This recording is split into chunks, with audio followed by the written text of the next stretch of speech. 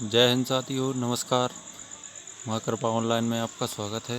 दोस्तों, हमने देखा है कि कई नेता आए, कई नेता गए, सबने अतिथियों का साथ लिया और अगर कहा जाए तो अतिथियों को यूज किया है उन्होंने। ना हम लोगों की कोई बात मानी है और ना उन्होंने कोई बात सुनी है।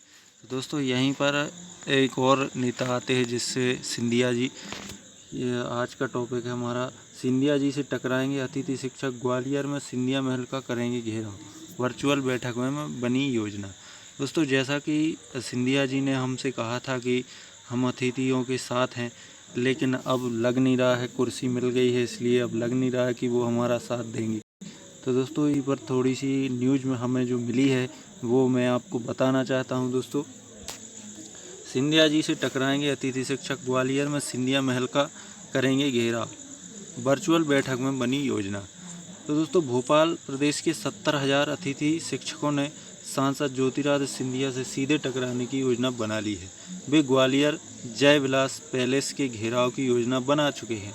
घेराव की योजना बीते रोज अतिथि शिक्षकों के प्रदेश नेताओं की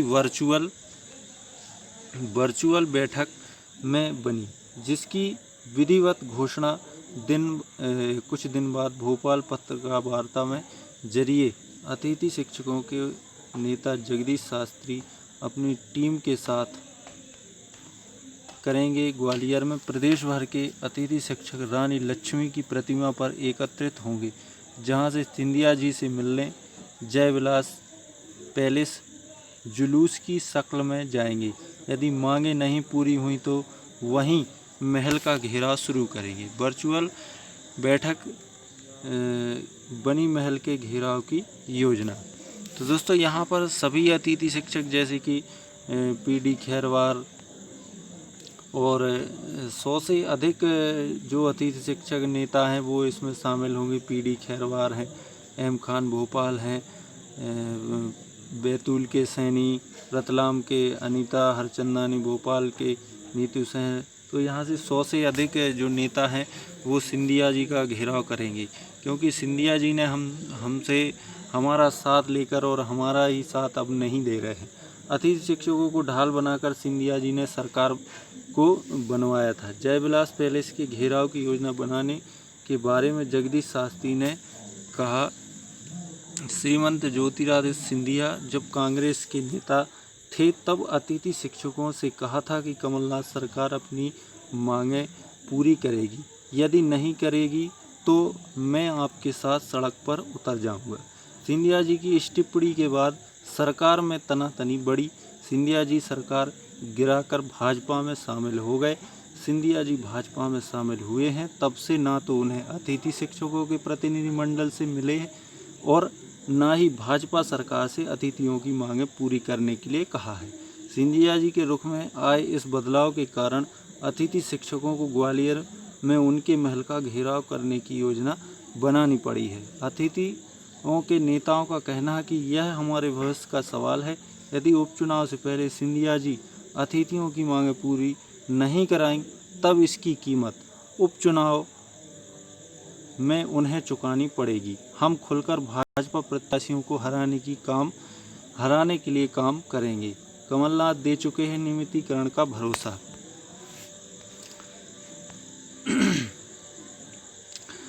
और दोस्तों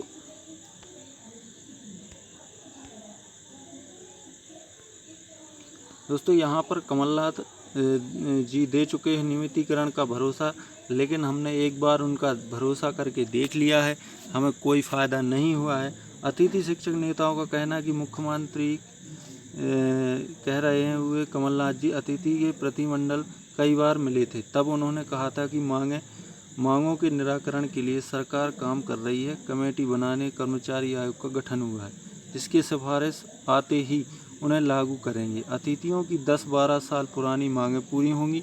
पिछले दिनों ही अतिथि शिक्षकों के एक प्रतिनिधिमंडल ने कमलनाथ जी से मुलाकात की, तब भी उन्होंने स्पष्ट कहा कि उपचुनाव के बाद कांग्रेस सरकार बनेगी। इसके बाद पहला काम अतिथियों की मांगें पूरी करने का होगा।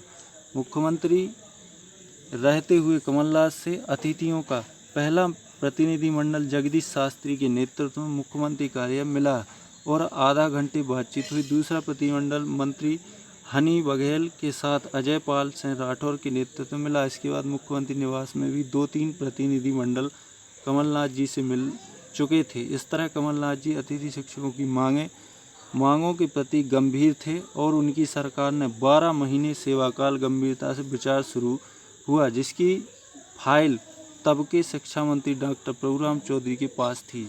उन्होंने उक्त फाइल को आगे नहीं बढ़ाया और सरकार गिराकर भाजपा में शामिल हो गए। ये कमलनाथ जी ने कहा है। नेक्स्ट है, शिवराज सरकार में होता रहा अतिथियों से अन्याय। दोस्तों यहाँ पर अगर बताया जाए तो 12 साल से अतिथि शिक्षकों के साथ शिवराज सरकार में अन्याय होता आ रहा है। उन्होंने अतिथियों की ऐसी नीति बनाई है जिसमें वे ना तो नियमित होने के हकदार हैं और ना ही सम्मानजनक वेतन पाने की। 12 साल में शिवराज सिंह सरकार ने कभी अतिथि शिक्षकों के सम्मानजनक तरीके से बैठक नहीं की।